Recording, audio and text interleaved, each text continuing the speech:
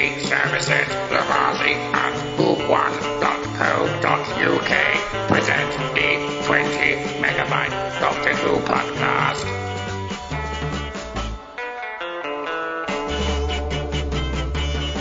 Hello and welcome to the 20 Megabyte Doctor Who podcast, episode 568. I'm Adam, and what's the theme tune to The Crown? Oh yes, and here's Debbie Melrose. My quote is from Subtitles, watery hissing. Mary Lang. It's a young man's game, all this dashing about. Kirby Bartlett, I have got my notes out. Sloane. Hungry like the wolf. Pardon? Huh? Hungry like the wolf. Was that attempt at singing? Yes. Yeah. Oh dear. Sorry. Skoldak. Oh dear. Right then, so here we are after a week off. What happened last week? Something to do with my mother, wasn't it? Something happened last week. She went home, didn't she? She came home. No. She was going to go home on the Monday, but Deb wanted to go and clean the house up prior to her trip home, against my wishes and the advice of various people who feel she's not in a fit state to look after herself at home. And was it yesterday or the day before? Anyway, so she collapsed in her room. The ambulance had to come down and sort of make sure she hadn't done a hip in, but she hadn't. She was just playing up. Anyway, so she's lying on the floor. These burly ambulance men come in and help her sort of deal make with her day. Yeah. Anyway, so while I thought, God, maybe she's collapsed because she might be dehydrated. So I just went downstairs to see if there was any glasses of water or evidence that she'd been drinking water. What do you think I found? A glass of Jameson's Irish whiskey and a three-quarter drunk bottle of Jameson's Irish whiskey in the kitchen. Oh, God. That answered the question as to why she was on the floor. Yes, dehydrated, because she'd fallen Jack over. Sparrowed it. She'd fallen out of bed because she got drunk. So the sympathy levels went from quite high to quite low after that. And, so... Definitely, yeah. But it was also anger with the social services for, again, this is the sort of thing she'll do when she's not being looked after properly. There you go. I think I've got two social workers coming. One does her breakfast, one does her evening meal, and they're supposed to do other bits and bobs, but she keeps refusing to be helped freshen up and stuff like that, where that was happening at the care home. But enough about my mother, but that's why. This is the sort of thing that interrupts the podcast that's in the background on my life, along with other stuff like convention organising and stuff like that might unexpectedly break the run of episodes. So this week we're going to be, because it's a bit warm at the moment, a bit muggy, we had a bit of a storm today, so cold war it will be quite nice, a bit of fresh air sort of hitting us, and that's the episode we're doing today. But before we move on to that, we've got Lillian Robbins saying hi. Hi. Terry Miles saying good evening, everybody. It's almost, we're heading into the last quarter of the year soon, and therefore heading towards the Christmas season. So Terry Miles will then be saying Merry Christmas, everybody, later on. And then Lillian Robbins says good afternoon. Well, it's Good more afternoon. Evening, it's evening, so 7:07 in the evening. And I finally realised, after sort of fighting with my iPlayer over the last few weeks, that I have actually got these episodes on my Apple TV, so I could have just gone along with that particular scenario rather than faffing around with iPlayer. How's our recording level? What? Is it recording? We did that before we started. I know we I have a did. funny feeling that you're not paying attention, Kirby. Right, so the episode starts with, again, this is the trendy thing that Moffat was doing at this time by having the text of where they were attached to an object within that first scene. And obviously, North Pole 1983 being the operative introductory description as to where they were. And we're in a submarine. And they're panicking because I think something's happened. They were going to launch, that's right, they were thinking about launching a missile or something like that it's a to start World War III. Exercise. All right, they're going to pretend to launch a missile. Correct. But anyway, what actually happens is something causes the vessel to sort of sink very quickly. The vessel. What? The nuclear vessel. But I got Star Trek quoting, I got come slightly distracted in the first 5 minutes of this scene, not just by the either red or blue light, which is quite sickly, but understandably why they would put it in there to sort of create this panic scene, or whether it's a bit too cold, i.e. Cold War, or other bits and bobs. Anyway, it's the cast. It's subliminal messaging via colours, isn't it? Cast. What's your name again? And Debbie? it's Game of Thrones cast Well, underwater. no. It's the Crown cast underwater. We've It's the Crown got two and Duke Game of Edinburgh. Once the TARDIS arrives. Hang on. Once the TARDIS arrives, we have two Dukes of Edinburgh within. We've got all three King Charleses. Well, three of the King Yeah, Charleses. well, one of the King Charles, he didn't last very long, does he? Yeah, one of them didn't last very long, but the three generations Prince. of King Shall we Charles. say Prince Charles, because he didn't play him. Charles hasn't been king in the crown, and I don't think he ever will be. All right, don't need to start coughing. Sorry, I've not been too good. Oh, hang on. I'll come down and give you a cuddle in a You're always good. I'll tell you what, Debbie. When Andy Nunny's feedback's on, I'll come down and give you a cuddle. I should be able to come down, give you a cuddle, and get back here before the end of the feedback. Is that right? You could stay for a cuppa as well, probably. Probably pushing things. I've got a cup here, and if I had too much tea, I'll be urinating during the show. Anyway, it's all right. We're talking about Charleses, aren't we? Okay. So the cast. I'm talking about the cast is quite distracting. You've got, like you say, you've got Prince Charles, the one that marries Diana within the crown. Yeah. We've got the two Duke of Edinburghs. We've got Duke of Edinburgh the younger, Matt Smith. Duke of Edinburgh the intermediate. That's the bloke who was like the second officer. And apart from just that, we've got the legend that was David Warner, who... Yay! The Doctor who never was.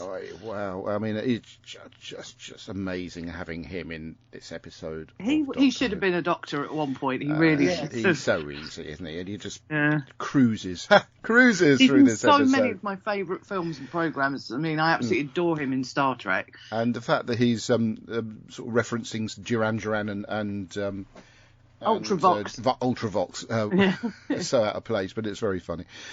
But anyway, yeah, like you say, within the first couple of minutes, Prince Charles, who doesn't sound like Prince Charles, but he does rather look like him with his jug ears. And I'm saying Prince Charles because at the time he was Prince Charles, and no disrespect to His Majesty, but at this time. Yeah, and I didn't Prince mean Charles. to call them three generations of Charles. It's actually Duke of you'll have to get me on the third generation of Charles, because which one's that one then, Debbie? No, I said that. I didn't mean that. You meant two. There's two. I meant Duke of Edinburgh. So you got. I was right. You were wrong. Where's my bell? Yes. Oh, I see. Give yourself a Yes, ding. I will. Bloody well. Anyway, so the TARDIS arrives, and Clara thinks she's rocking up at. Vegas. Pardon? Hello? Vegas. That's Vegas, what the doctor yeah. says Sorry. as he comes bursting out. They all of the come out in TARDIS. their Vegas gear, and immediately, I like the fact they arrive just as the trouble's actually happening, rather than sort of just before it happens or afterwards. They're right in the middle of The TARDIS anticipated it. Thank you, Kirby. I'm just having a sip of tea.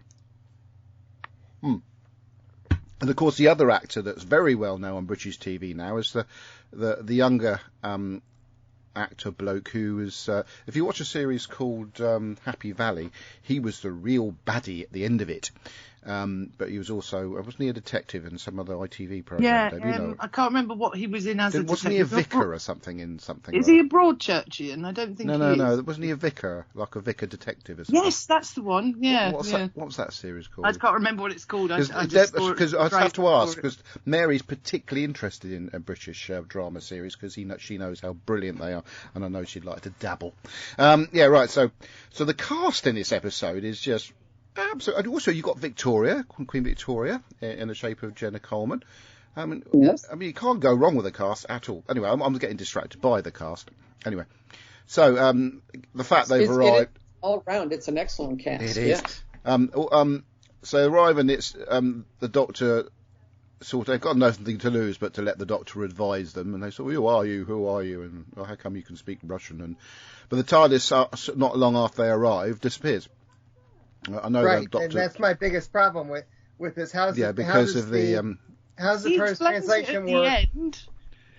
He explains what he did to it's the at the TARDIS. other pole. No, How can the TARDIS translation circuit work? Maybe it just has to be on the planet that they're on. And who says there's a distance limit?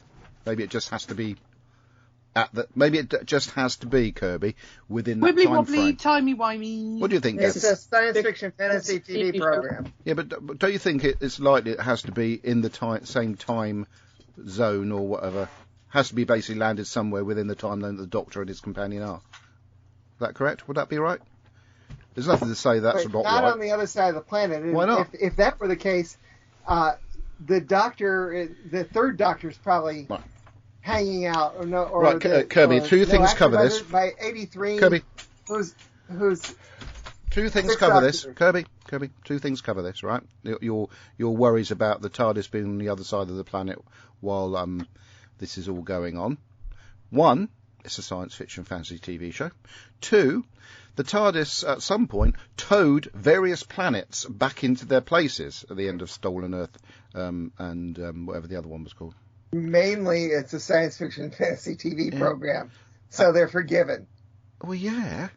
Well, that's what I said. It's the TARDIS is inside. It just bothers me. Hang on, the TARDIS is inside. It's supposed to be infinite, so therefore much bigger than the planet Earth. So I would say don't worry about it because it was on Earth at the time in which. So And nobody nothing to say that. Even though I accept it, but it bothers me. Well, it shouldn't bother you because I mean the TARDIS has sort of been on the same planet TARDIS. the Doctor and the companion have landed on many a time and been long way from where they are, and they've still been able to, have their. And just two stories ago, it wasn't translating at all. Maybe I don't I'm know. wondering if Kirby didn't like this one because he's going on so much about this. I'm just thinking of instances, Debbie. Like, for instance, Planet of Spiders, when the TARDIS was on Earth and they were on Emetabilis 3 and vice versa, and everybody was talking in various languages that everybody could understand, etc., etc. I've not got a problem with it. So that's it. And what I say counts. Because I'm not going to spend the whole programme. I mean, I watched it the second time around on subtitles, but I'm not going to spend the whole programme worrying about the fact that they can suddenly speak Russian and the TARDIS isn't there. I The think it's Doctor, fine. he's the I Doctor. think he's magic, the TARDIS was there at the it's beginning. like, TARDIS was there at the beginning, and it worked, and it's fine. I haven't got a problem with it. Anyway, and a rubbish episode. Everybody's worrying about, the TARDIS isn't here. How come I can understand you, rather than the dialogue within the episode, which was far more interesting. Right, so obviously we eventually after all this goes on, because we talked about Prince Charles getting done in, because he's looking after this lump of ice which the professor has managed to somehow get into the. I mean, more worried about that bit, Kirby, how they managed to get this lump of ice containing the Ice Warrior into the submarine and down through those corridors and whatnot. However, they did, and he's using a blowtorch to try and melt it, and of course, eventually the Ice Warrior he gets melts out. it very quickly with that blowtorch, doesn't he? Yeah, very hot blowtorch. This there. prehistoric lump of ice. It's like the thing. And where's the water going to go? The original one where they put the heated cover over it and suddenly it's completely defrosted in like moments. And where's the water going to go when they melt it? Anyway, so The floor. of course they love the build up to the Doctor seeing the Ice Warrior. Everybody else can see it, and he's sort of got his back to it, and everybody's looking a bit worried, and that's acceptable because he hasn't seen the Ice Warrior for a while. And what other thing I love the continuation of the way that the Ice Warrior's costume looks, but it's been sort of modernised, so it just looks a bit more slicker. Yeah. And it's very, very lovely. Not Absolutely, not and the character, but- it no longer has Lego hands. no, it doesn't. I don't care about Right. Yeah. Anyway, Well, I didn't even notice the hands. Does it have hands? Yes. it does. Okay. Yeah. So the Doctor's sort of talking to a man to Ice Warrior and getting on, or starting to get on quite friendly with it, and then some numpty sort of almost, I suppose you could say, tasers it. And There's always one. Yeah. It's going to step up and wouldn't do this make stupid much thing. of a story if some numpty didn't do that to the main baddie, Right. who wasn't quite so bad. And anyway, so they chain him to some part of the ship, unbeknownst to them, of That's course. the torpedo room. Unbeknownst to them, of course, it's his suit rather than him. And they want to start renegotiating terms because the Doctor knows that he's now their enemy and he wants to try and renegotiate terms. So he's going to go down there, but no, he isn't, because Clara is going to go down there instead with a little earpiece, so as the Doctor can tell her what to say.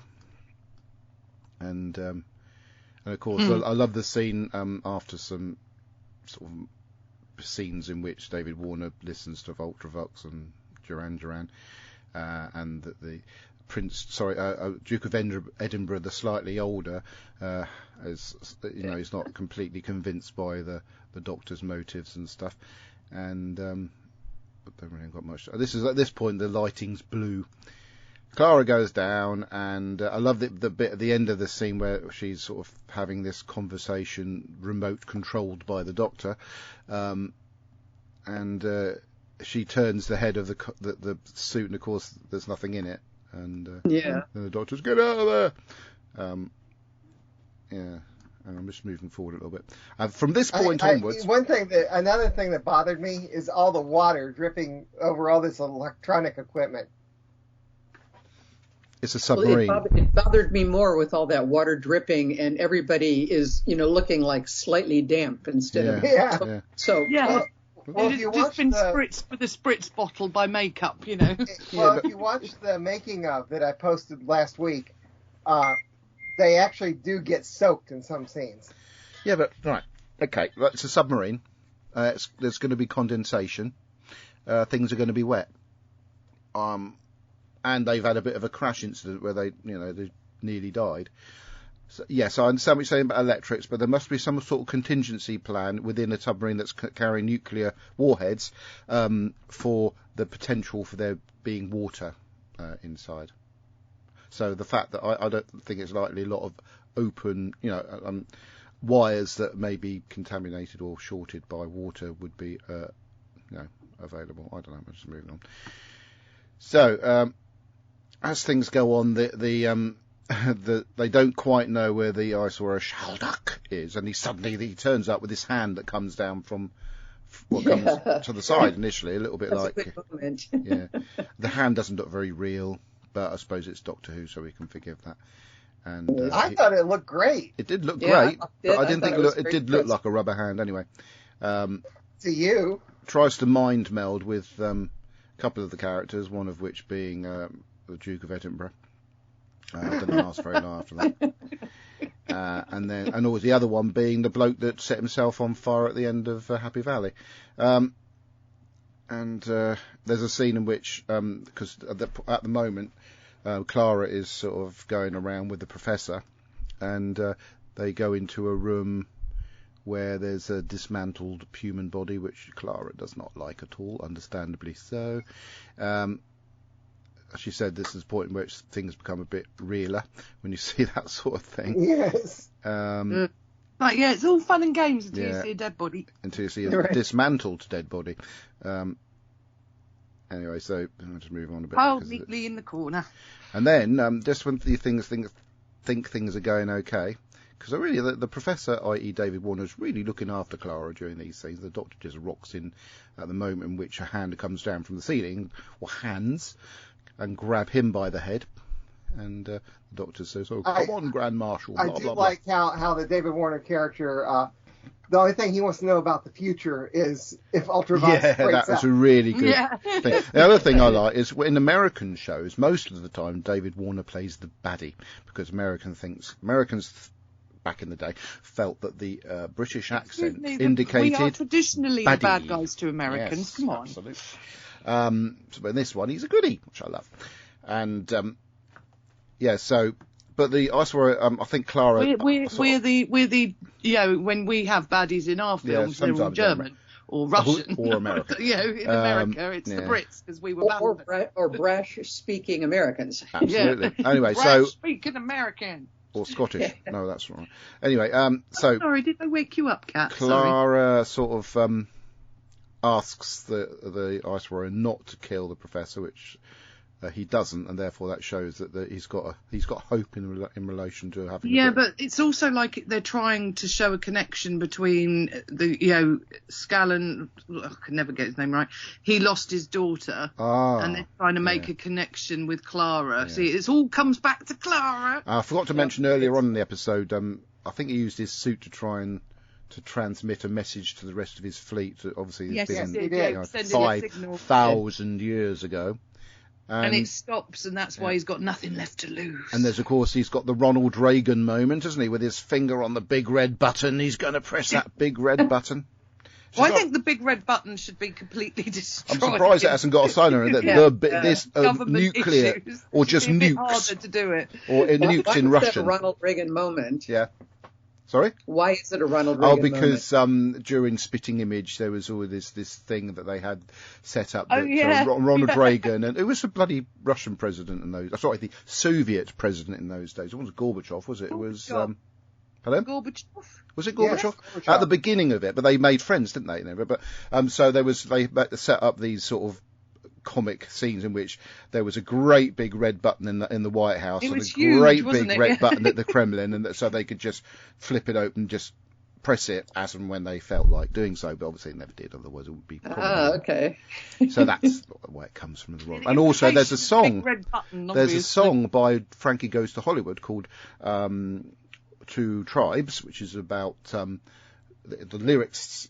So when two tribes go to war, one is all that you can score. You can score, yeah. And that literally the video is a spoof of is it Reagan and Gorbachev having wrestlings and all that previous president, so Gorbachev, who was a bit chubbier.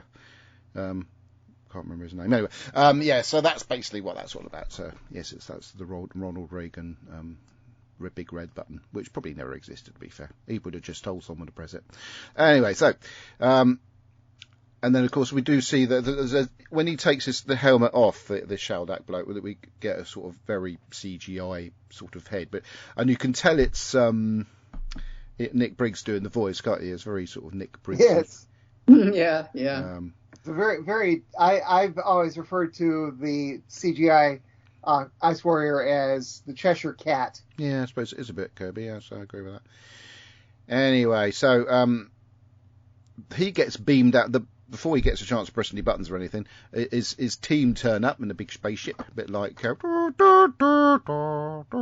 and he gets beamed up, and a submarine gets brought to the surface, and they're all right, and they sort of climb out, and this big spaceship leaves, and then the Doctor realises, because his sonic screwdriver tells him, that the TARDIS is indeed on Earth, but trouble is, it's at the pole, the South Pole.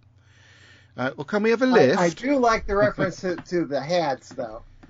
Right, so the thing I have the trouble with this episode is when the Doctor says to the captain, can we have a lift? How is it supposed to get the submarine to the South Pole when it's a humongous landmass? I know. And not just that, a frozen humongous landmass. That's the only problem I've got with that thing.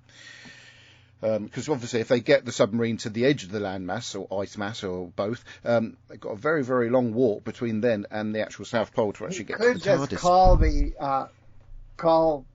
the TARDIS back using his sonic. You reckon? Yes, or sonic. Just click his fingers. Yeah, right. He should just be able to snap his fingers, yeah. Okay, right then. So, Cold War. Yeah, it's really good fun, and it's typical sort of, not just a sort of base under siege, but the claustrophobia of being within a submarine with a fab cast and dark lighting. I don't usually like stuff with dark lighting, but it had to be dark in this episode because they were in a submarine.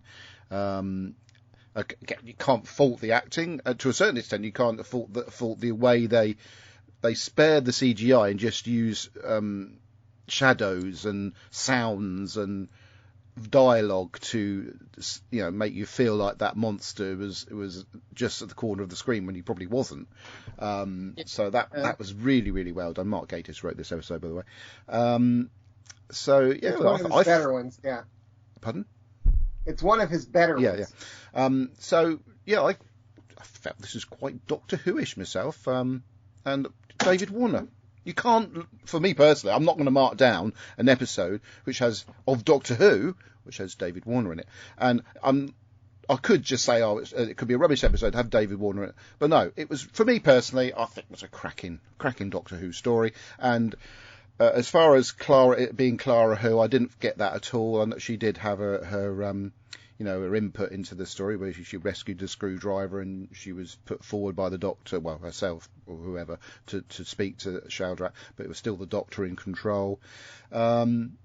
and she she's does hot. get chastised at one point when she's trying to get the doctor to tell her that she did a good job, and and he brings her down a peg. So I liked that. Yeah, Yeah. No, I felt this is really good Doctor Who stuff. So I mean, I don't usually go for these sort of Cold War things. I find the Cold War itself quite a depressing thing, but they did a good job with it because it wasn't sort of too.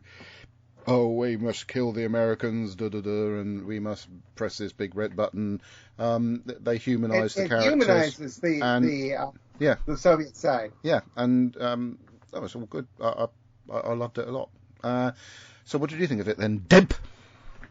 I pretty much agree with you, actually. It starts well, it just keeps going, the pace keeps going, and that's what suffers later on in the season, is the pace just drops up, down, up, down, up, down. This one, basically, they come out the TARDIS running and they don't really stop. So I quite like that idea. And actually, I remember watching this one the first time round and thinking, no, it's pretty good Doctor Who. Just not really overly paying attention because I think we were eating or doing stuff at the same time. So I came at this one pretty new, and we watched it again today with subtitles, which were hilarious. The watery hissing was just brilliant. I had to turn it up because I was watching something else, but I turned it up to hear what the watery hissing was like, and it didn't disappoint. And it was. I just really like the use of the music. The acting is absolutely stellar from everybody. It makes everybody raise their game when you've got someone like David Warner on set, and these guys are all. Yep. All now, it's amazing. Really well since then, they're all actors, doing well. It's like they're all very young in this, but they've all gone on to great things. All of them, like you were saying, and it's just a really cracking episode of Doctor Who. But it could actually probably have been longer, and that's the first time I've said that for a long time. No, you could have got more out of it. You could have done more with the Sea Warriors. It does go at such Ice Warriors because it does go at such a lick. Yeah, it was that's the thing. This. For me, they really did do the Ice Warriors credit. Yeah, because the Ice Warriors have not been in. I love you've got your proper classic Doctor Who monster being able to interfere with all the, the bits coming out of his fingers was just brilliant. Yeah, and, it was very bit Borgish. Really, it was a proper, good, fun episode of Doctor Who, a solid episode of Doctor Who, made infinitely better because it's got David Warner in it. Absolutely. So, even the music was good, so brilliant. I like this one. I will have to say, though, I mean, I called it Wet War on the blurb for this particular live show, simply because everybody was soaking wet throughout the whole episode. Did anybody catch a cold, Kirby? No. Okay, right. They didn't mention it. Okay, what did you think of it then? I was out in that torrential rain we had today, and it was warm, wet. It was very muggy, sort of. It was very strange, wasn't it? Because all the windows were steaming up at the shop. Anyway, Kirby, what did you think? In the making of, they said they had a great deal of fun getting wet. Okay. So. Anyway, Kirby, what did you think of it? Despite my complaining about the TARDIS translation, I like this one. In fact, I like this one better than the second Ice Warrior one from the modern era. Even though that one's got Alpha Centauri. Yeah, go on, come on. The second Ice Warrior one does have Alpha Centauri, which just made me grin. But it's got a good pace. It's got great acting. It's got David Warner. That was fantastic, just to have David Warner. Yeah. It was funny you should say, I forgot what I was going to say now, bums. Sorry. What were we talking about just a minute ago? It made me think of something I was going to say. Alpha Centauri. Yeah, well done, Kirby. Right, and so, no, Alpha Centauri is played by Stuart Fell, I believe. Not the voice, obviously, but the body. Now, Stuart Fell, I was watching a thing on, I think it was Channel 5, about some others do Adam's stunts and secrets behind the scenes and stuff like that. And Stuart Fell was on it, and talking about the various stunts he didn't do, because Michael Crawford did all the main stunts himself, but he was a stunt coordinator on the programme, so he sort of trained Michael to do these stunts. So it was lovely to see he's still very well. So good old Stuart Fell. What I liked when they did bring Alpha Centauri back was they found the woman who did the voice. Yeah. 40 years later. Oh, right then. So I suppose we'd better see what people are saying on the live feed. No. Oh, you've got to to play Mary's introduction. I think this is my show, Kirby. Hang on, let's check the. I think there's a bit of paperwork around here somewhere. Whose show is it? Anyway, right then. So, what did we get up to? We've got this. I've got to play this theme tune.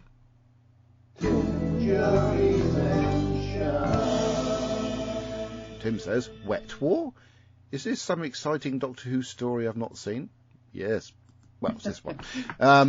Lillian Robin, I've looked into cosplaying Clara in this episode, but there aren't good pics of her dress because she wears that Russian coat most of the time.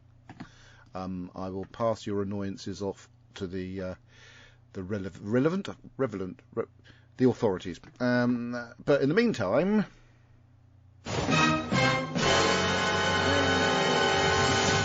Mary, what did you think? Well, I did not hate this one. Yay! I actually enjoyed it. I thought it was very atmospheric. Oh, go on, let her talk. And I wouldn't necessarily credit Mark Gatiss. I mean, it was well written, but he had to squeeze it into like a 45 minutes.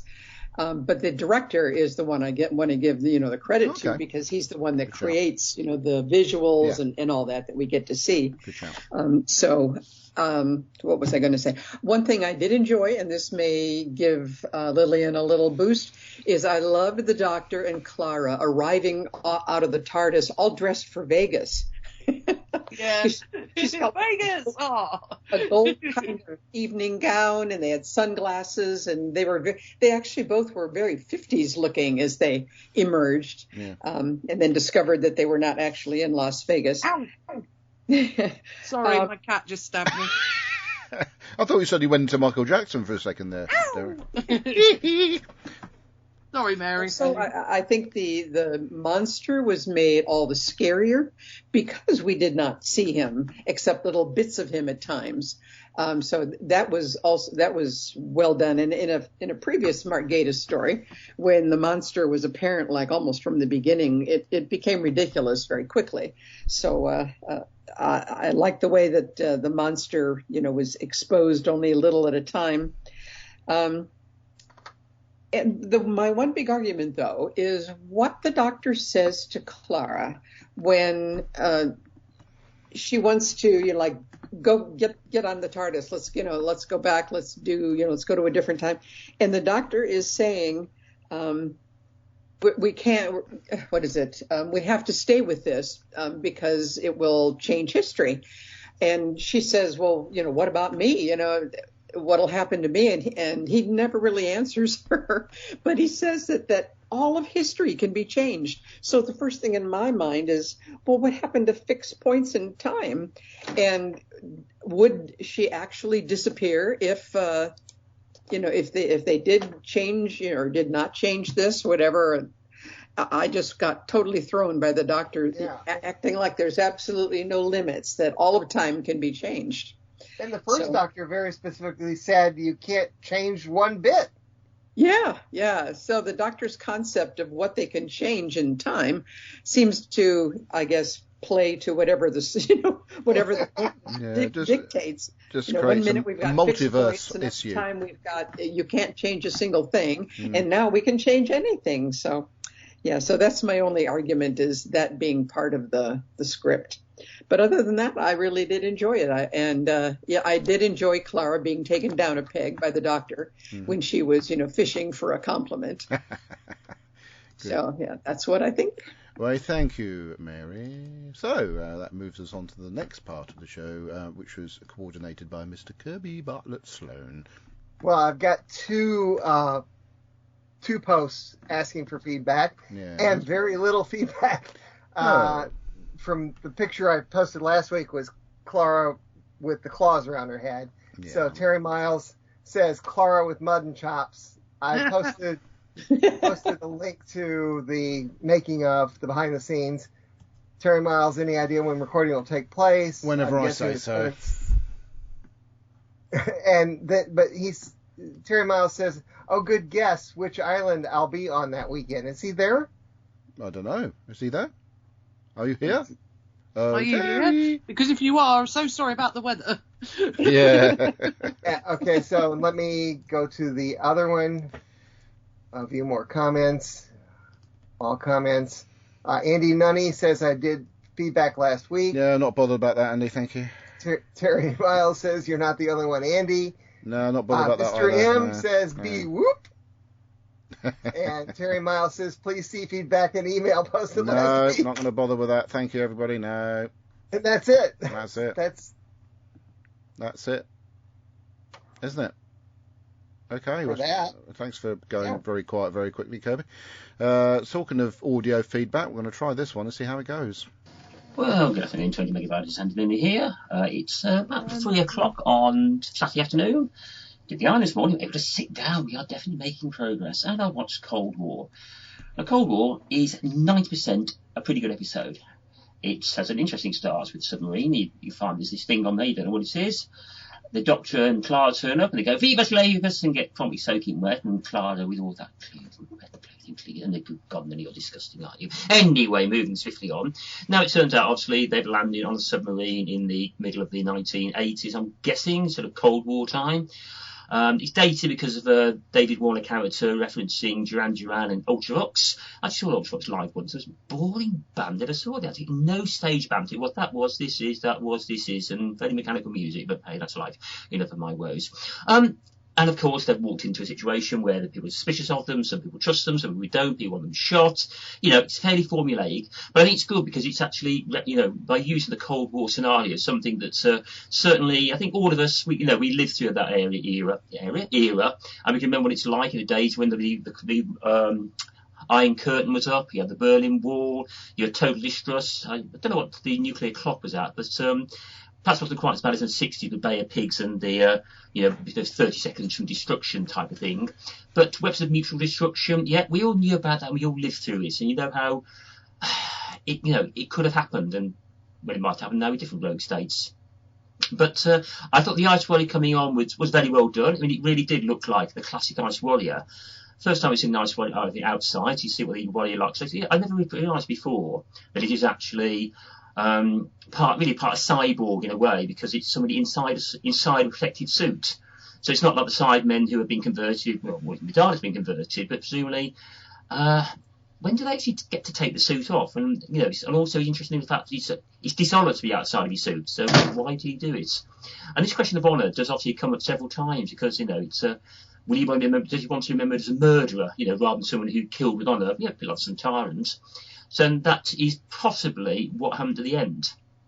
But it goes through, and you've got obviously very claustrophobic being a submarine. And Stephen Moffat did say he wanted to do one on a submarine, as did I was going to say Neil Gaiman, Mark Gatiss, even, I'll get his name right in a second, because it does really tighten you in. You can't go anywhere else. So can't imagine they used many sets, and they did say they used models on it as well. But it made it very tight and very taut. And how come it took them so long to find the blooming Ice Warrior? Because again, there can't be any place for him to hide. I think it went along, it kept you going, it was tight, and the Doctor trying to persuade the Ice Warrior not to blow the ship up, and saying, look, dishonour to you. It's just the last fight in a couple of minutes when he got teleported away. First time I've ever seen an Ice Warrior teleport, and how often do you actually see teleports on Doctor Who anyway? It's not that often, is it?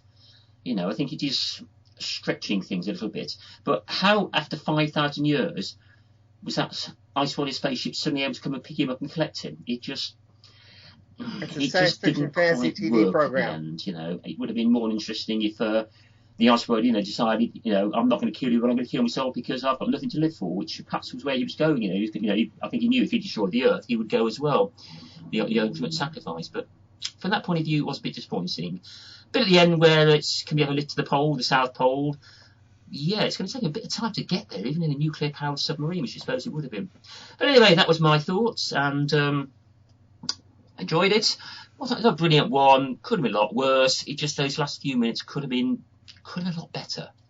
Oh, and I enjoyed all the cricket banter as well. So I wonder why you said wake up, Andy, at one point, Adam, but now I understand it. And I don't know if you knew this, but the 2020 Cricket World Cup in 2024 is being jointly hosted by the West Indies and the USA. It's Kirby, that'd be Mary. rubbish then, wouldn't it? Have a look round. There may be a match near you. And T20 matches generally last about between 3 and 4 hours. So, just right for the Where? For someone who's the USA, Kirby. Yeah, but where? In the USA, you said. I don't know. We don't follow cricket. You're not going to bother. What do you want to know that for? You're not going to be going to watch any of them, are you? For goodness' sake, it'd be rubbish. What a stupid idea having it in the States. There's a big cricket complex, maybe 20 miles from me. So I might if they use that. Yeah, right. Right then. Who have I said that? I've sent something to Debbie from somebody who may be nearby. We also have feedback from Robert. Yeah, you can do that one in a minute, me old friend. Go on then, Deb. Mark Gatiss, Brian Hales, and of course Moffat wrote this one. I think there might be another Warrior story brewing from Gatiss. Don't think he did he? Sorry? He said Moffat wrote this one. Mark Gatiss, Brian Hales, and of course Moffat. Oh, okay. Yeah, sorry. A Russian sub doing archaeological work during the Cold War. Oh, well, it is Doctor Who. There is always an idiot that has to be the first to look at something, and this one guy is comeuppance. I like that. Yes, sir. That looks like an old-time ice warrior. About time they used a brilliant adversary. Why has Captain Zukov got a high-powered Browning automatic pistol? It should be a Soviet pistol. No. Please note, everybody, it's the same as with aircraft. If you are in a pressurized container, do not fire a pistol or rifle. No. You have to love the way the TARDIS felt the presence of the Ice Warrior and activated the HADS and relocated to the other side of the planet. Yes. That's it, I'm off.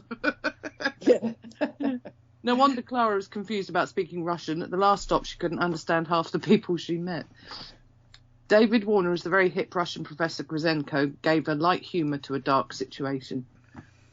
Amazing how appearing in Doctor Who starts off people's careers. Going on again, James Norton and, of course, James Jenna Norton, Louise. that's who it was, thinking of, yes. Well, yeah. Some great lines in this one. Oh, Professor, I could kiss you, sighing, if you must. With days off. Hair, shoulder pads, nukes. It's the 1980s. Everything's bigger. Yeah. This story is a typical base under siege. Skaldak managed to whittle the crew down quite well. Literally. The Doctor had never seen a naked ice warrior. If this was Star Trek, the original series, Kirk would have. and he probably would have kissed them as well. Yeah. Note to Douglas McKinnon, the Russian missile subs did not use Polaris missiles like the ones shown when the silo doors open and close. Oh. Also, at 700 metres, the pressure would have crushed the missiles. Oh, Off God. you go, Kirby. Yeah, whatever. The Ice Warrior spaceship looked great. Have we ever seen one? I don't remember seeing one before. No. I don't think we have we? I have something to say about this Ice Warrior spaceship, but just remind me, I have to say it because I'm going to forget by the time we get to the end of this blurb. Okay, well, I've got like 3 little bits left. The TARDIS is parked at the pole, the South Pole. Can you give us a lift? They can pop up near the North Pole, but the South Pole is a long way inland. Next up, Hyde, and there's a young lady who would become a midwife, Linda and Terry. So what are you going to say about the spaceship? Well, no, somebody made a point, didn't they, about... Oh, as Andy said about, 5,000 years... I don't know how the spaceship turned up after 5,000 years. Well, I think the message was set, but it was a spaceship that's a current spaceship rather than the one that was 5,000 years ago. That's what I thought. Yeah. Just because they are still alive. Yes, they are, because we've seen that, haven't we? Right, so that bit of blurb is still loading, so we'll have to move on to the next part of the feedback section, which is... Oh, I've lost it. Terry... Shall we do this one? I've got a bit of music I can play for this. So I'm having... This is the stuff I do behind the scenes, Kirby, but I don't mention exactly what I'm doing. I just give a hint that I'm doing something. Okay, right then. Clacking. Yeah, it's me clicking my blimmin' mouse. Right. I don't follow... I don't watch the... Hello, 20 Megabyte Podcast is in Kirk. Hello, Ian. Cold War by Matt Gatiss. This reminds me of The Hunt for Red October, but without Sean Connery's Scottish accent. David Tennant could have done that. I'm so sorry. There was a Barbie doll. That is topical. Yes, it is. There was Duran Duran, named after a sci-fi character. Yes, indeed. Yes. The Doctor's trapped underwater with an ice warrior. A bit Brilliant like he movie, was that. once trapped underground with a Dalek in the story called Dalek. Liam Cunningham played the captain. He played Davos in Game of Thrones. That's not the creator of the Daleks. Then there's a bit sudden, with the Ice Warrior ship turning up to teleport Skaldak away. Bye for now. That was Ian reciting his own feedback, some of which was a very good observation. Always welcome. Always welcome. He is, yes. I'm just going to check down the list so I've missed anything, because where we've had the gap and people sent the feedback in for last week, I don't think I missed anything, so I think we've got all right with that one. Alan T. Butcher still hasn't sent anything in. Haven't heard from Robert yet. Oh, yes, Kirby, you were going to do Robert's feedback. Yes, he says, so, Cold War, not really a very exciting episode, really. The Ice Warrior is very imposing. I still don't like the idea of it coming out of its armor, and think it's something they shouldn't have shown. They were wise to show little of it outside the armor. And they have this horribly stupid thing that I absolutely hate to see with villains in New Who, and that is to have them snarling like pantomime villains. At least they keep the armor looking similar to the classic series. The issues were very much of the time, 1983, though I never did feel the pressure of things. It does help that it's a one-episode New Who story, as this could have been built up. As it is, it has so little time to introduce the villain, the scenario, have some action, and convey the threat. So it has to hurdle through things. Poor old David Warner had little to do, really. Not one of my favorite stories, but then I don't hate it either. No. Well, thank you, Robert. I suppose that's a positive, more or less. All right. He's really doesn't like this era. Yeah, he's making a point of doing it on purpose, isn't he?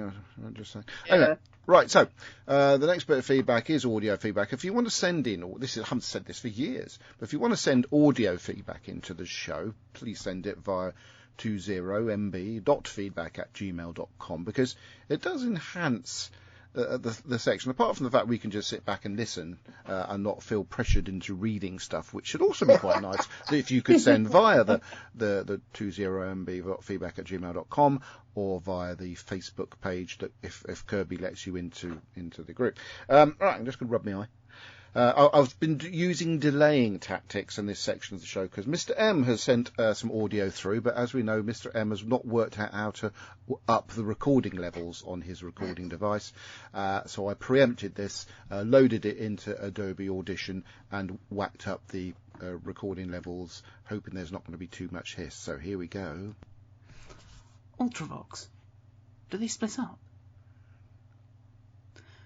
Cold War by Mark Gattis. Good evening, 20 Megabyte podcasters. It's Mr. M here with a review of Cold War. I'm not really the biggest fan of the Ice Warriors. I generally find them just kind of lumbering and hissing around and not really that interesting. I don't really like that many of the other stories in which they appear, although I am currently only halfway through Curse of Peladon and they're pretty great in that, so maybe I just don't like stories where they're the villains. Having said that, I do like this story probably best of the episodes that they appear in, even though it's a pretty average episode of Doctor Who. It's a nice idea to see the monsters outside of their casings, despite the shortcomings of the design. Mark Gatiss has said that they were not expecting the dimensions to be quite so mismatched between the inside and outside of the creature. But that aside, it's a nice idea. The face in particular I think looks really good. The setting of the submarine at the height of the Cold War is nice, claustrophobic, tense. There's a lot of good water acting throughout this story. Matt Smith is at his best. He's really got his Doctor down to a fine art by this point. Jenna Coleman is hot, and it's a bit odd that she spends most of the time wet, hanging around in that dress, although they were dressed for Las Vegas. Bit similar to The Idiot's Lantern, which is another Mark Gatiss episode. Bit of a recurring theme there. There's some interesting guest actors in this story. This is not a two-Doctor story, but it is a two-Philip story. The actor who's... Poor Charles, if you're stupid like Debbie. Me, that's going to really bother me. What is his name? I can't remember. I really should have done some research before I started watching this. But he took over from Matt Smith as Philip for the third and fourth series of The Crown. What is his name? Hey, that's that guy. Oh my goodness. Yeah, It'll come to me. Stick with that guy. You've also got Liam Cunningham. I don't have Wikipedia open, sorry. Who also played Davos Seaworth in Game of Thrones as the captain. I don't really think that much of him as an actor. He kind of plays the same character all the time. But, hey, the character suits this episode, so that's fine. David Warner is utterly, utterly wasted in the role of Professor Grushenko. I feel like he... First of all, if he's not going to play the Doctor in Doctor Who, he really should be playing a bad guy. Really a shame that the late, great David Warner is tucked away as some weird 80s pop music loving... I mean, he's fine. The role's slightly memorable, I guess. It just felt like he deserved much better. Overall, Tobias Menzies, there we go. I knew it would come to me. Tobias Menzies. Anyway, it's pretty average. The story does kind of stop. It's a shame we only get one Ice Warrior, but it's a bit like the Dalek to the Parting of the Ways. We get a fair more Ice Warriors when they come back in Empress of Mars, so yeah, can't complain too much. Next week we have a haunted house and one of my favourite stories from this series with Hyde. See you then. Thank you, Mr. M.I.E. Brandon, for sending in that audio. It's always very nice to get audio, but isn't it, it's everybody? not really haunting. It's just... Oh, shut up, Kirby. No, the thing that stands out about, well, obviously, at the end of this episode is a little preview for next week. The fact that we've got somebody from Call the Midwife and somebody from Desperate Housewives in the actual episode. And Mission Impossible is in as well. Ding ding ding, and that's not like music for Mission Impossible, is it? Don't. That's it, isn't it? Anyway, so that's more. I think it concludes our feedback section. I'm just double checking nobody said anything interesting on the. Oh, there's been a few posts, I think, but nothing newish. Here we go. We've got. Oh, hang on, it's stuck. Where do we get up to? All right, so Lillian, Robin about Clara, and then it's Lillian saying there are a couple of pictures of the dress online. It's very beautiful. Terry Miles said he's behind you. Don't know what they means by that. It's not. We're not in a panto. Lillian, Robin, there's a cat behind me. And Neil James. Hi everyone. Just wanted to say sorry I've stopped leaving feedback. Not good enough, Neil. Oh, leave it alone. I struggle with that Moffat era. Redeem yourself. Start sending in some feedback. Yes, thank you, Mary. I struggle with that Moffat era, and I just bore everyone with my moaning. Well, someone's got to moan, apart from me. But please know that I'm still listening and still loving the podcast. You all continue to be bloody splendid. Well, one of us does. Lillian Robbins says, I, for one, would appreciate you still leaving feedback, Neil, but I understand if you don't want to. All feedback is interesting to me. Well, I'll have to start sending in some Everyone feedback. Is allowed their opinion, and we are absolutely allowed. I quite accept that people are not going to like the Moffat era. But I'm just quite interested that so far I've quite enjoyed most of the episodes of this series. And I just love Matt Smith in his sort of purple coat. What's the word for it? Presentation, I suppose, of the Doctor, and I'm quite liking it so far. This particular series, at least. So, right, that moves us. I'm looking ahead, and we've got some more good ones, but we also have a couple of real. Yeah, but you get when you subliminally remember, because of the bad ones. For some reason, the bad ones really taint the good ones, and for some reason, we seem to only remember the fact that there were bad ones rather than there were just some bad ones. I know when we get to the Chibnall era, and there'll be interest when we do get to the Chibnall era, how that pans out, because I remember I'm traumatised by the Chibnall era, but I know there are some real good exceptions to the rule within that particular package of Jodie episodes. And I miss Jodie. Having met her, and I just think she's just a dynamic person, and I miss the fact. I'm grateful that we had her playing the 13th Doctor. I just feel that she was let down, and I hope that, if it would have a multi-Doctor story somewhere in the past, they'll bring her back, but maybe potentially a decent writers for her to play her version of the Doctor in, and maybe Big Finish, maybe Nick Briggs can write some good stuff for her. Fingers crossed, eh? And who knows, the two that I see coming up in this era that I'm thinking are bad, I may like them better now 10 years later. Yeah, I'm not sure. See, I mean, I know we always go into eras with a degree of hope, but again, I feel, you're looking at that first series of the 13th Doctor, we had a couple of really good ones, and then that story that you keep on banging on about being terrible, when they go out and that, I can't remember what it's called now. It was like a dome of some variety. What was that one called, Kirby? I'm not sure what you're talking about. The episode of Doctor Who that Jodie's in that you detest. The one that has child in it. Oh, that's the worst. One of the worst Doctor Who episodes of all time. So what's it called? Orphan 55. Right. I'm saying that this is the thing, right? I knew he had a child. I think he enjoys it next time round. No, I don't think he will. But no. I mean, I think it's difficult to see how things pan out, because most of the time I'm watching these and thinking, oh god, it's another Moffat story. Oh god, how am I going to think of this one? But so far I'm enjoying the stories, but just picking up on a few sillinesses to a certain degree. I was going to say, so you enjoyed The Rings of Akaten?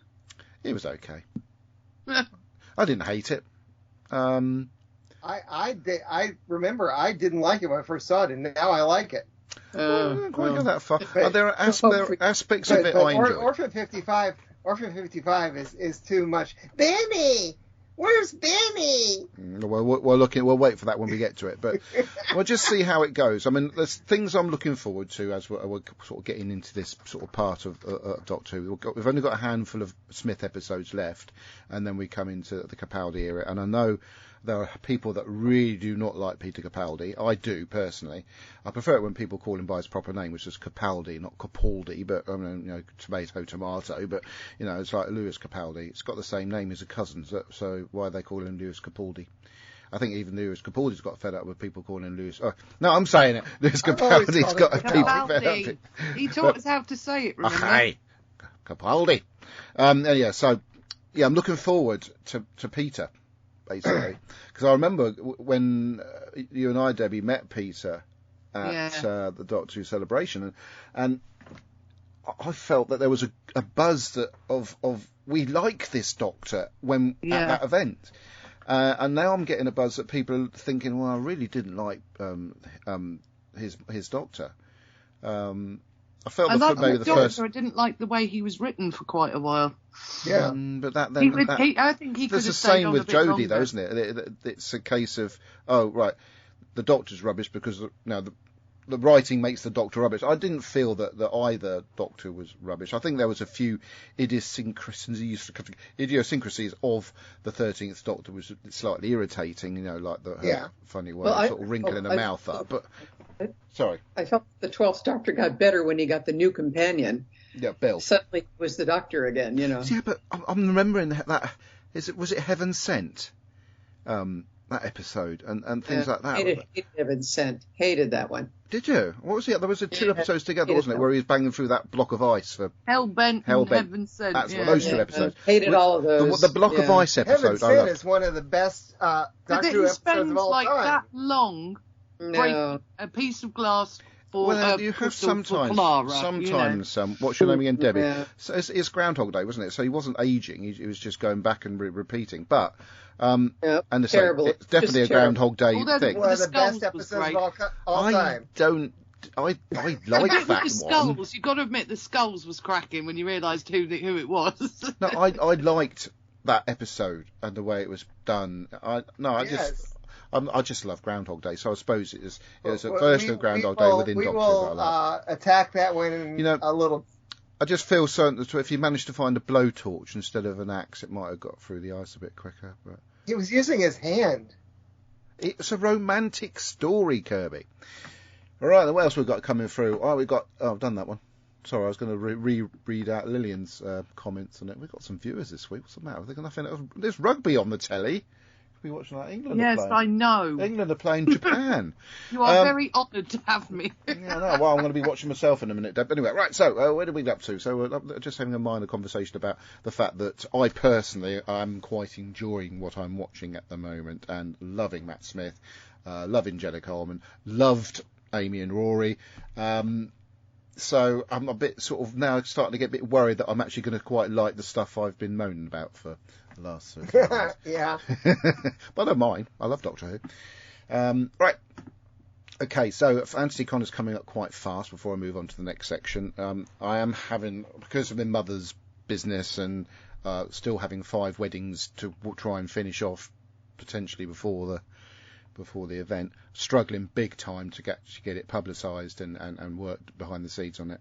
So it is obviously happening, but it's, people don't know it's there because I haven't got time to tell people it's there. So it's a bit of a worry personally. So if what you listeners and sidekicks could do, obviously the British ones, is to share any FantasyCon posts you see, to share them, because people see things and hopefully. Am I doing the table again this year? Good. Anyway, the other thing I'd like to say thank you to. I think it's just taken as read with Adam that I'm doing. Yeah. I presume that was going to be the case. I'd do it if you guys could fly me there. You'd probably be sat with Valile because Valile's supposed to be our special guest and she's supposed to be within that area, but it might change at the time. But that's my thinking on it. Well, Tom can look after her. I forgot what I was going to say now. Damn. Publicising, getting it mentioned behind the scenes. I've already said that, but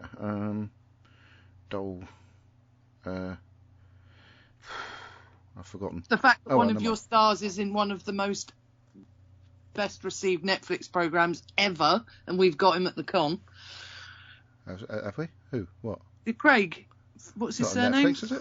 No, isn't that film you're referring to, which is One Piece is amazing. Oh, One Piece. No, I'm talking about the film that's just come out. It's been advertised as being in Cineworld. Oh yeah, that it's one as Rise well. Rise of the Foot Soldier, Vengeance, isn't it? That's just come out, and it's going to be in Cineworld this week. So hopefully people that go and see him in that film at Cineworld will think, oh, he's at FantasyCon, let's go and meet him. He has very strongly indicated he's coming, which is good.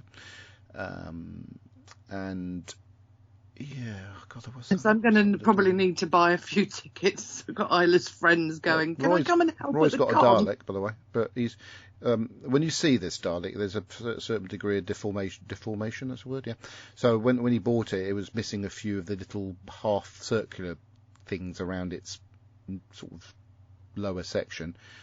He's invested in some replacements, but hasn't quite looked at what a Dalek's design is, and he's just sort of thrown these little circular things on in not quite the right way. Everybody knows that those circles are all lined up perfectly in lines around the Dalek. The Droids one, the bottom ones are just, I'll put that one there, that one there, that one there, and that one there. Not quite in line, so it's a bit of a weird one, but it's very distinctive, shall we say. So anyway, that Dalek will be at FantasyCon along with the TARDIS and. Because we have got a Doctor Who's own, like I say, Valile's supposed to be there again. Whether she comes or not, I don't know, because she's very difficult to get hold of. We've got VR gaming, which we've bought ourselves, along with Snacks and Ladders are coming along to enhance the board game zone. We've got Dungeons and Dragons, the Isle of Wight Dungeons and Dragons players coming along to show how you play Dungeons and Dragons, and hopefully rope some new members in or whatnot. Along with the retro gaming and all the other fab activities we've got at the event. The other thing is, most Isle of Wight events have been sort of rained off this summer. This one won't be because it's all indoors. And we've got lots of lovely caterers as well. So there's lots of food, lots of fun and stuff to that. So fantasycon.net. That's what you nearly made me forget. Red Funnel, our illustrious sponsors, have done a special offer where you can, if you're on the mainland, get 20% off your travel. So I think it's about 20 quid. Oh wow, that's nice. Alan T. Butcher, you can stay as if you want to come over. He won't. He doesn't write feedback anymore. Yeah, so He doesn't like us anymore. No. So that's it. He's busy with his new counselor position. It's no excuse. He's been a counsellor for a while. So if you're on the mainland, I think that he's still expected. I think that he was having issues with Ben. Oh, was he? Well, Ben's not on for the moment, so he can come back. I know, but he may not know that since hasn't been writing in. Well, he could listen to the show. I mean, we are a podcast, for goodness sake. Anyway, back to FantasyCon. God, what was I saying? Somebody remind me, please. Oh, yeah, it's Red Funnel. God, yeah, so Red Funnel are doing a nice deal for people travelling from the mainland.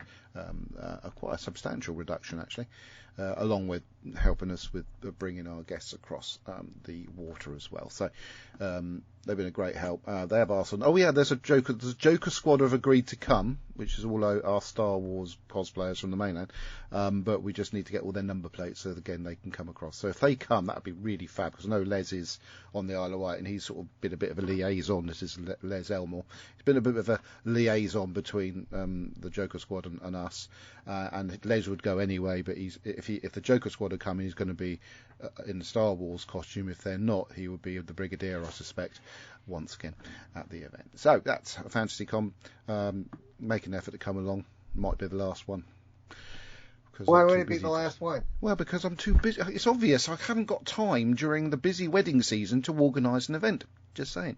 And also, Heroes Con is in April, and they obviously have got time to organise there. It's probably easier to organise an event which is in April. We can't have ours at the same time as them, can we? No. Moving on.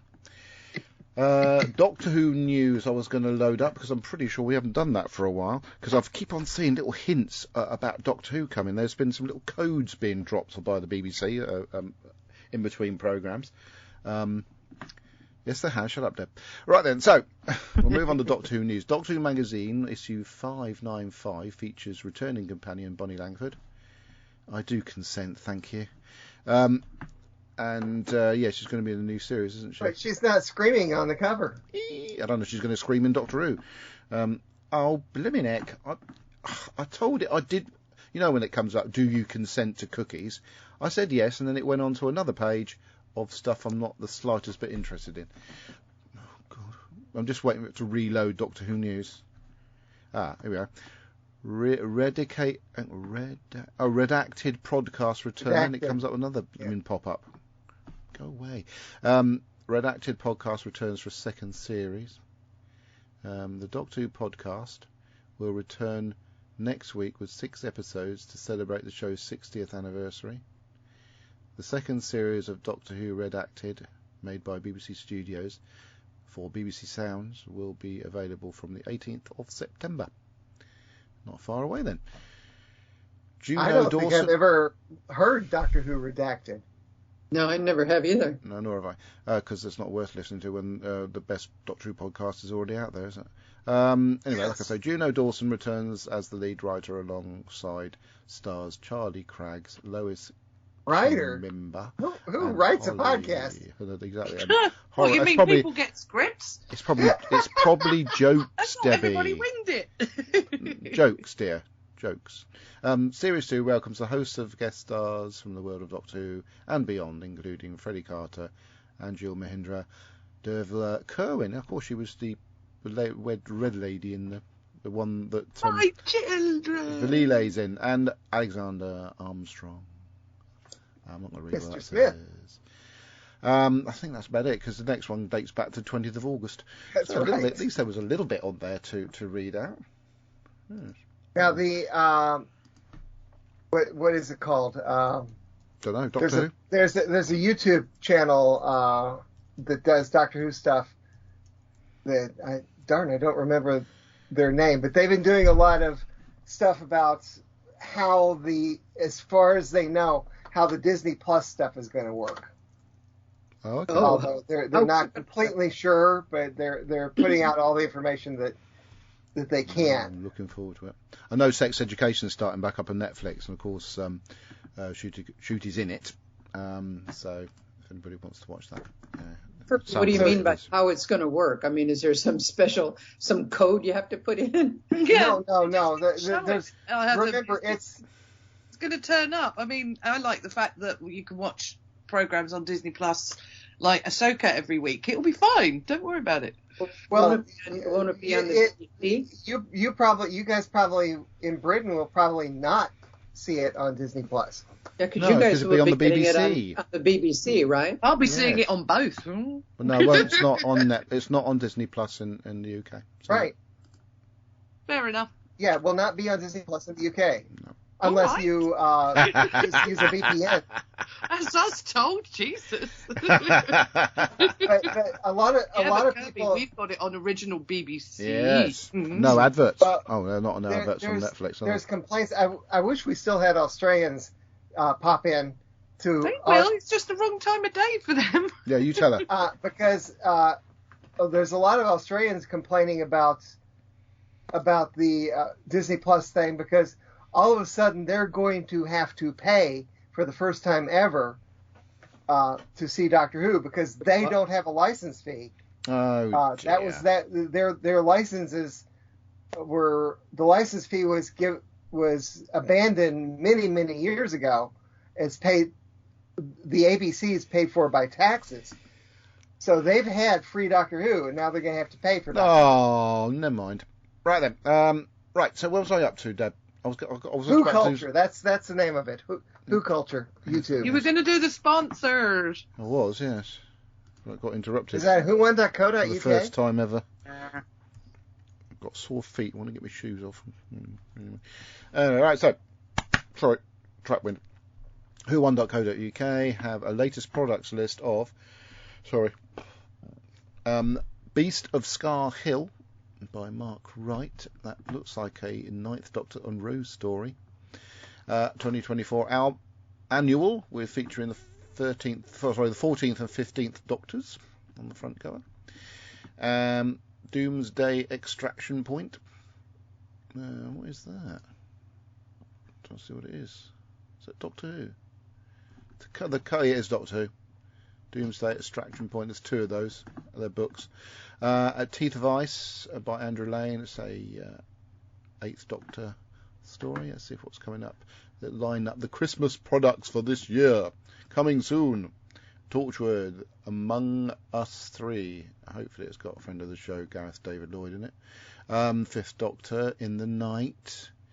And 9th Doctor Adventures, Travel in Hope. I'd love to. Have you heard, Mary, any of these 9th Doctor stories, or are there none out yet? I don't know. Pardon? Mary. Yes. Just something. Sorry, what? No, I just wondered if you'd heard any of the 9th Doctor stories on Big Finish, or whether there are any. Oh my gosh, yes. In fact, I've been pretty regularly reporting on them, and I just started another box set. The latest box set is called Shades of Fear, and I've listened to the first story of the 3, and it's pretty good. It's kind of a light story, so I'm hoping that there's more substance to the subsequent 2. Okay. The other things coming out are Once and Future 3. Genius of War 3 and 4, Sigil, which is a Torchwood story. I just downloaded all of the Once and Future recordings. I'm going to start listening to those. Yeah. Sigil. I've done that one. Sorry. 6th Doctor, Purity Unbound. And I listened to that one. That's really good. That's I want that one. Yeah. Available for pre-order. And Unit Nemesis 4, Masters of Time. So that's obviously features. A certain Redgrave lady. Lavazi, join their blooming mailing list, because the amount of offers that they throw out there that you may miss if you don't join their mailing list is incredible, really. And obviously, get their blog and stuff. I'm just going to have a peek at their blogs. I know they sell. We all know that they sell the best Doctor Who products available if you want to wear them. But there's a blog on there, and it says Doctor Who, the top Donna Noble episode, so you can discuss what you feel of, Donna Noble's episodes, or Doctor Who, the TARDIS rooms we will never see. and things like that. And you can expand your imagination and send in fan fiction and read other people's fan fiction. It's a really good service on the Lovarzi website. And while doing that, you can buy a scarf or a question mark pullover or something like that. So yeah. Before we move on to a questionable pullover.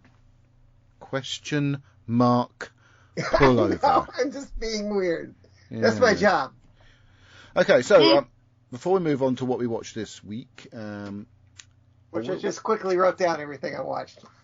I haven't written down anything. I'm going to try and wing it at some point. Maybe I'll go second, so I'll go second. I'll put Kirby and Debbie, and then I'll have a look, see what I've watched this week. Anyway, we haven't done any conventions this year as regards, apart from Heroes and Portsmouth. I mean, as proper punters. So we didn't think we were going to, but we're starting to get really tempted by Wales Comic Con Telford Takeover. We can't go to Liverpool because it's on the same day as FancyCon, but the guests at Liverpool Comic Con are ridiculous. But there you go, that's where it goes. But Wales Comic Con has a good lineup coming up so far. Joe Keery, who we missed out on about 4 years ago, and Isabella was actually heartbroken because she wanted to meet him. Tom Wilshire, he was in the last series of Stranger Things as well. Alex Kingston, Ryan Hurst, don't know who he is, but never mind. Warwick Davis. We've obviously got Colin Baker, Paul McGann, Peter Davison and Sylvester McCoy, which I wouldn't bother with because I've met them a couple of times. Manu Bennett, who went to the original Island Con. David Bradley, Julian Glover, who I've been trying to get the other organisers of FancyCon to allow me to ask to FancyCon, but because he's 87, though he's too old. But there he is, he's going to be at Wales Comic Con. Bernard Hill, Veronica Taylor, that's a Pokemon actor apparently. Corey Feldman, who's a legend from The Goonies and Lost Boys. Graham McTavish, who's in The Hobbit and House of Dragon. And that's just so far. And there's a wrestling legend called Booker T. That went right over my head. So they've got a couple of really... Warwick Davis, ledge. Joe Keery, ledge, I could get a picture with Alex Kingston on my own this time if I play my cards right. Along with a couple of Harry Potter actors and stuff like that. So starting to look quite good, and it's quite early on. The guest yeah, list from hopefully Telford. it will keep going, getting better and better. Indeed. Right, so I'm going to hand the first part of what we watched this week to Debbie while I look to see what I watched this week. Pulls up Netflix really quickly. Yeah, I've obviously, if anyone who follows my rather prolific meme wall that is my profile on Facebook, I've been watching a lot of Python lately, just lots, not over and over again. Never gets old. Well, obviously some of the jokes do, but it's still always cracking. I've watched One Piece, which was fantastic. Isla is completely hooked. Can't wait for the next season.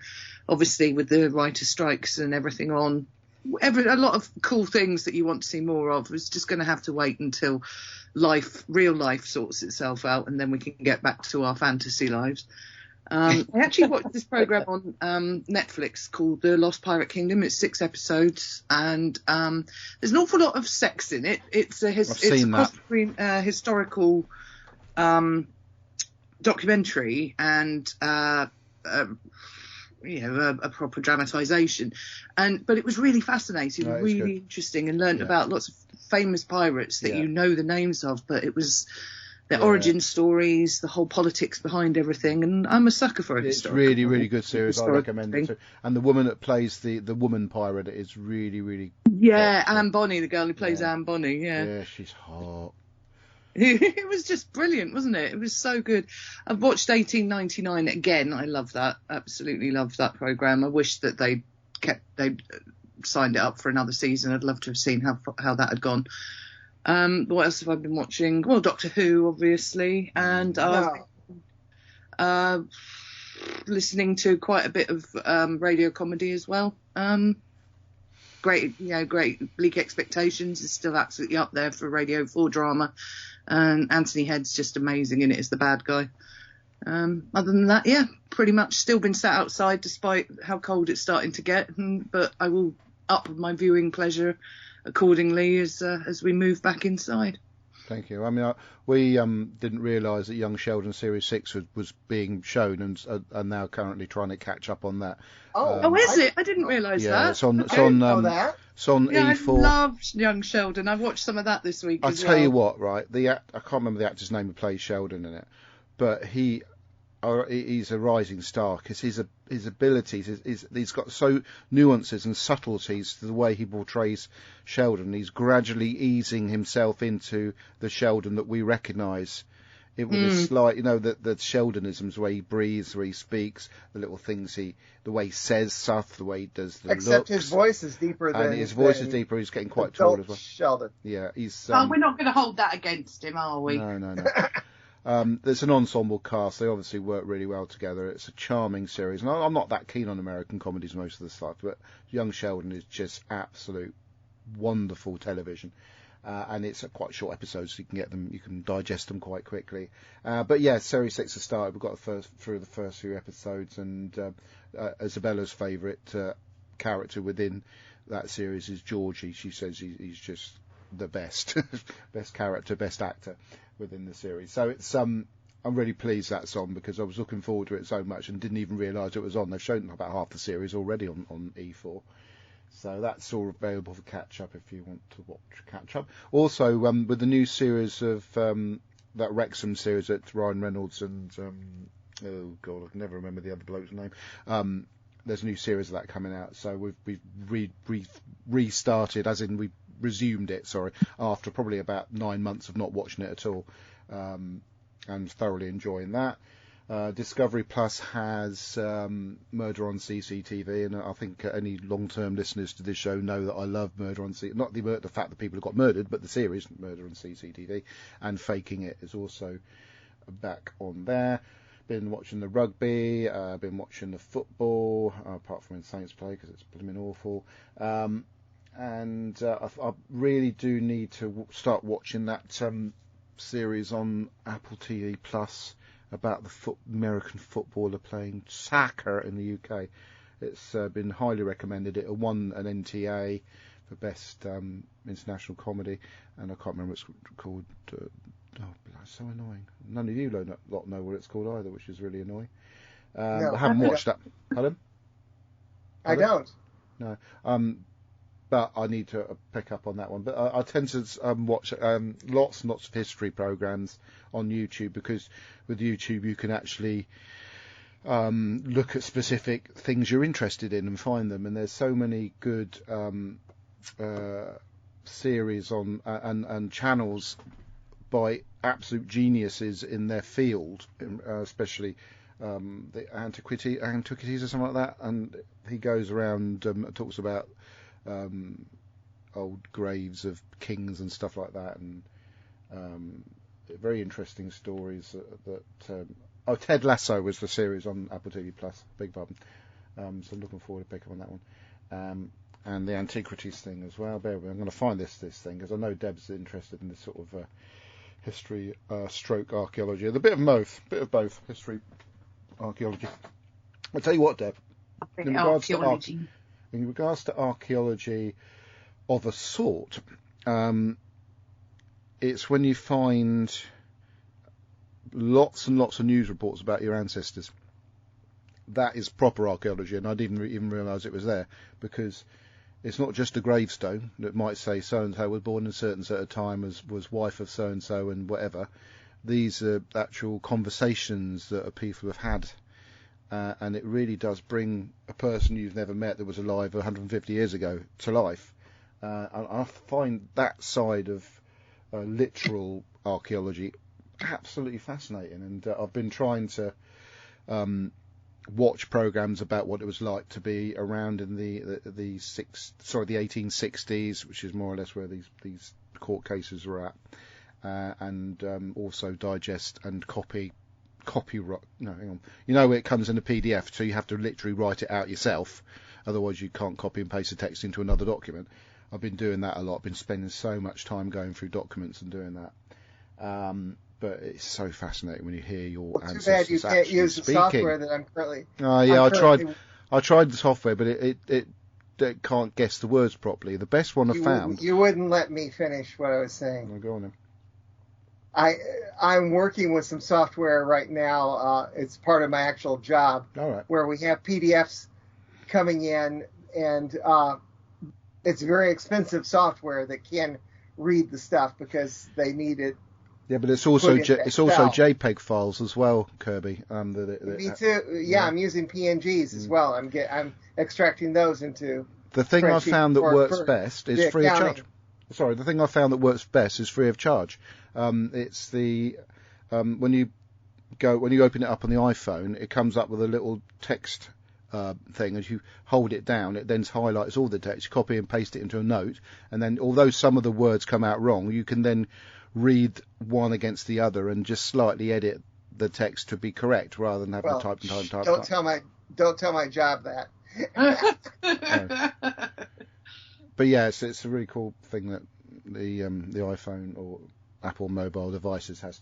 Right, so back to what I've been watching. For you, Debbie, recommended things to follow on YouTube are the Alan Barton Antiquities, I think it's called. Great channel, lots of interesting short pieces on things from history, odd things from history. History Calling, really, really good. A lot of sort of what you call biographies on people from history going right back to God knows when. People's Profiles, another really good one. And yeah, there's stuff I haven't found yet on there, but obviously if you keep watching all the history programs, it finds your algorithms and finds other stuff you might be interested in. So it's really, really cool. I'm going to stop there because the other things which are really, really boring. And I did watch an episode of Star Trek Picard, which again I have to carry on watching that because it's a really good series. But I've been finding other things more interesting. Kirby, what have you been watching? See, most of the time for the past however long we've been doing this, what have you been watching? I usually say nothing, and also partly because I forget what I've been watching. But so the geek daughter and I are continuing to watch Andor. She's seen it before, but she was recommending that I watch it before we go on to Ahsoka. So I'm up to episode 7 of Andor and loving it. The Tin Dog podcast is doing a Prisoner rewatch. So I've been following along with them and keeping up before they talk about the whatever episode of The Prisoner they're talking about. Yeah, I've seen them all before, but I haven't really done them all in order. Where'd you get that idea from then, Kirby? For doing all the episodes? Where did you get that idea from? Watching them all in order? Well, first of all, they did it for the UFO, and I didn't keep up with that, so I need to go back and listen to their UFO podcast, and then so they're up to episode 11 of The Prisoner. I decided I probably won't continue doing this, but I thought, I'd try to watch the animated One Piece before I take up the live action one. I watched the first 3 episodes and I like it, but I'm probably going to switch over and just watch the live action. You were talking about the algorithm coming up with stuff on YouTube. It popped up something in you might be interested in this a couple of days ago, and I thought, that might be interesting. Yeah. Apparently on the BBC, around the time that Mike Oldfield was famous for Tubular Bells, and, he did Tubular Bells. He played on the album, he played every instrument. But the BBC pulled him into a studio and got other musicians in, and they broadcast a performance of Tubular Bells live. And I watched that thing 3 times last night because it's such a wonderful piece of music. Good. To me. Yeah, it's I like his later one, Music of the Spheres. That was yeah. Well, still, I mean, it was the algorithm that pulled that up for me. Yeah. Couple of other oddballs. I saw someone mentioned on Instagram that they had watched Day of the Doctor in 3D. I'm going, what? How? What? Yeah, I've got it in 3D on a Blu-ray, but I haven't got a 3D TV to watch it on, so that's the end of that. Well, the thing is that Yeah, I managed to somehow get a hold of it in 3D, and I can watch it on my virtual reality headset. Oh, right, okay. So I watched about half of it, and that's probably the copy that I'll use when we discuss it in a few weeks. And then while I was at it, I went out and found one of my favorite cheesy 3D movies from the 50s, Vincent Price in House of Wax. All right. Oh my God. Vaguely remember that one. I love that one. It's a great movie. Particularly the Barker out in front when they reopen the House of Wax, and he's got the little paddle ball. There's a man with popcorn. It breaks the fourth wall. Yeah, and got a couple of things coming up that I'm going to be watching. My wife and I were talking about stuff the other day, and I, Claudius came up, and I dug out our DVDs of I, Claudius. And I really want to see that, but I can't find it anywhere. She's got them first. Yeah. If they bring that on Blu-ray, I'll be buying it, even though I haven't got a Blu-ray player to play it on.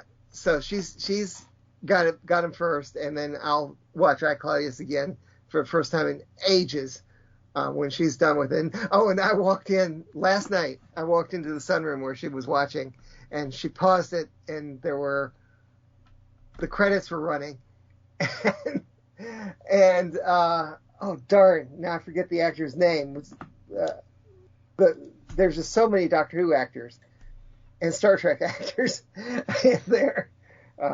Obviously Picard is in it. Mm-hmm. But what's the name of the actor who played in The Invasion, who is always saying Paka? Oh, yeah, I can't remember his name, but I know who you're talking about. I don't know, because now all I can think of is Peter Sellers in Pink Panther. No, he was also in Remembrance of the Daleks. He played the vicar, the blind vicar. Yes, I can't remember. No, I'm not talking about the actor who played Packer. I'm talking about the actor who said. Yeah, that's who I'm talking about. That's who he's talking about. He played the vicar.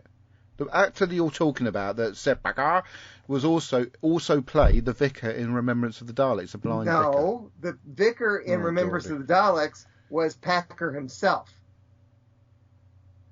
Not sure it was. You know, we're supposed to be talking about what we watched, not boring everybody with trying to work out who someone is when we could clearly Google it. Not sure it was, but carry on, Kirby, yes.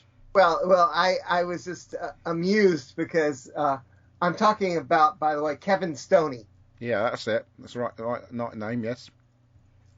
Yeah, and he's not in Remembrance of the Daleks. Sorry. Whatever. Carry on. He played Anyway. Get on with it. Yes, thank you. Yes. So I just saw his name up on the screen and was amused. And she's going, who? What do you... Who's that person? Anyway. And then I just got a Blu-ray of How the West Was Won. And it's in simulated Cinerama.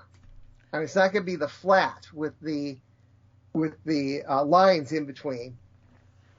You know, Cinerama was actually 3 pieces of film put together.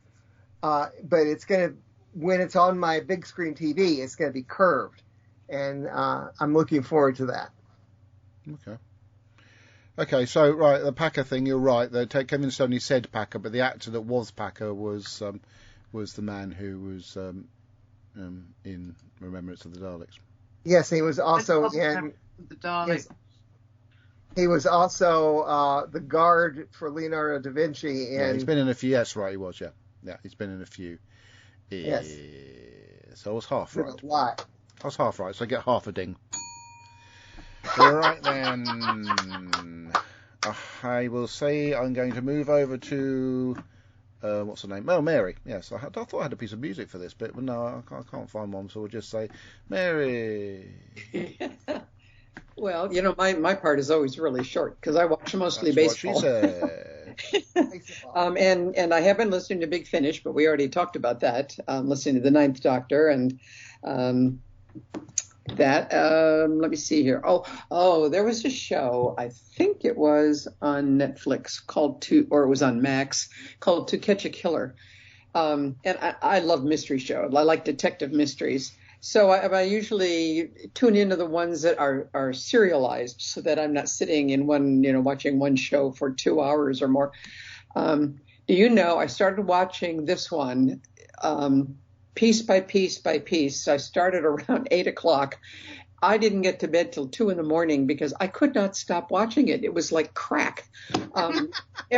Every episode would end with a complete change of everything. I love that. Yeah. What's going on. And then all of a sudden, another revelation is like, oh no, I've got to watch the next one. Binge. Yeah. So if you see To Catch a Killer, I recommend it. It's a great watch.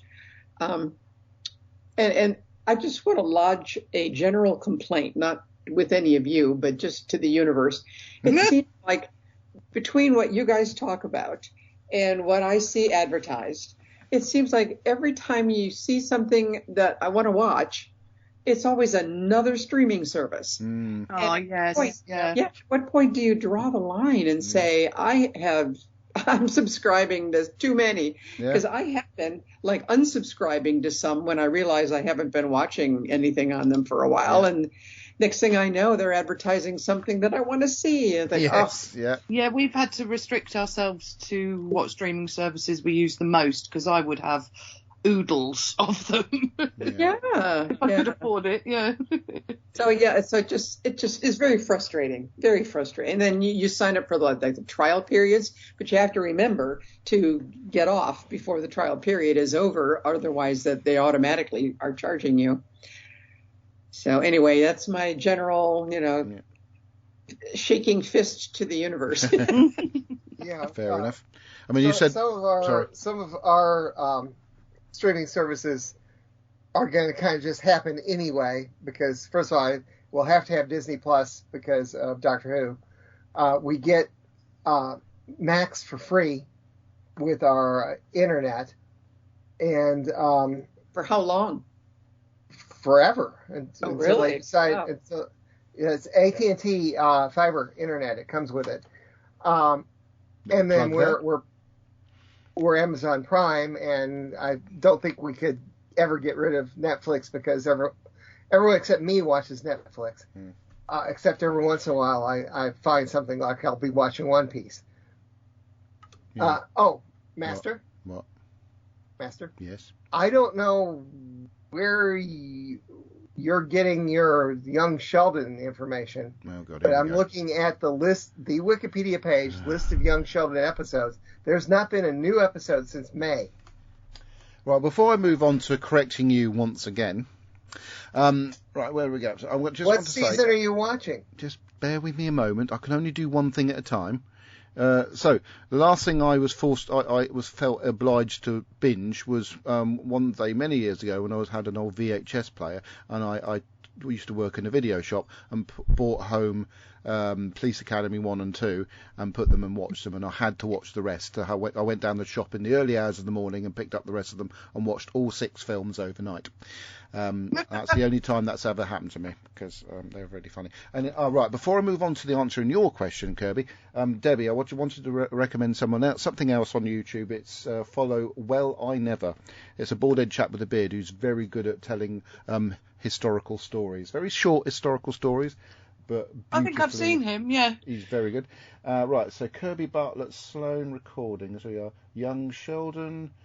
Let's have a look, and we've got here Series 6, Episode 4. Do you want me to play some of it for you, Kirby? No, Series 6, but Series 6 has 19, 20, 21, 22 episodes, and I've seen them all.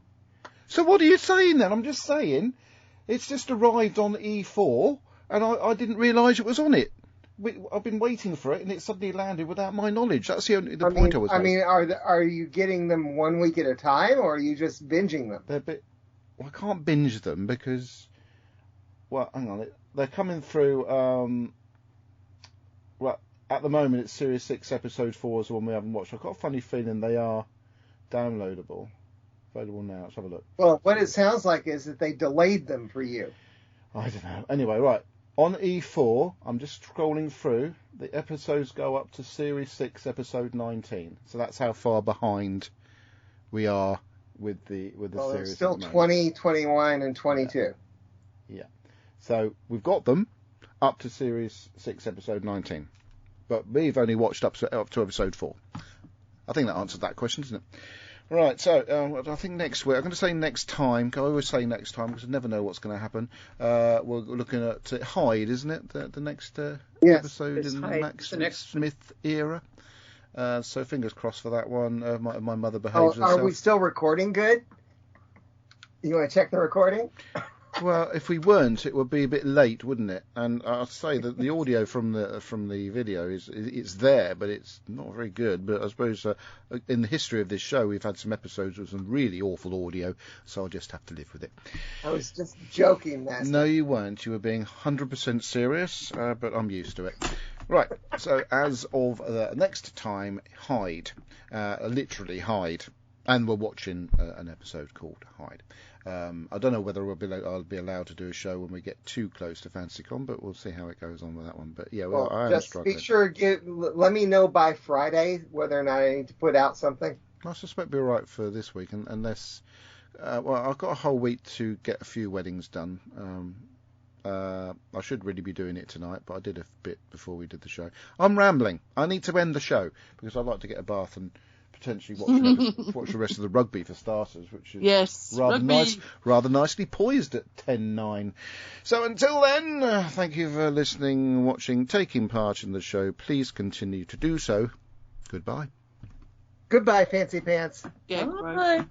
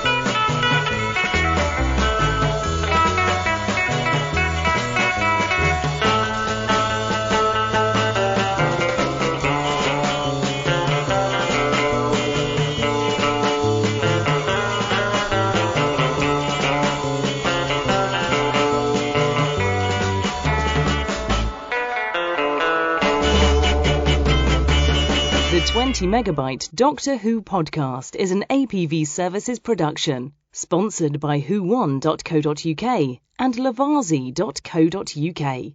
We are proud members of the Doctor Who Podcast Alliance. Doctor Who is a trademark of the BBC. No copyright infringement intended. The music on this podcast is covered by limited online music license from PRS for Music. License reference LE0030512.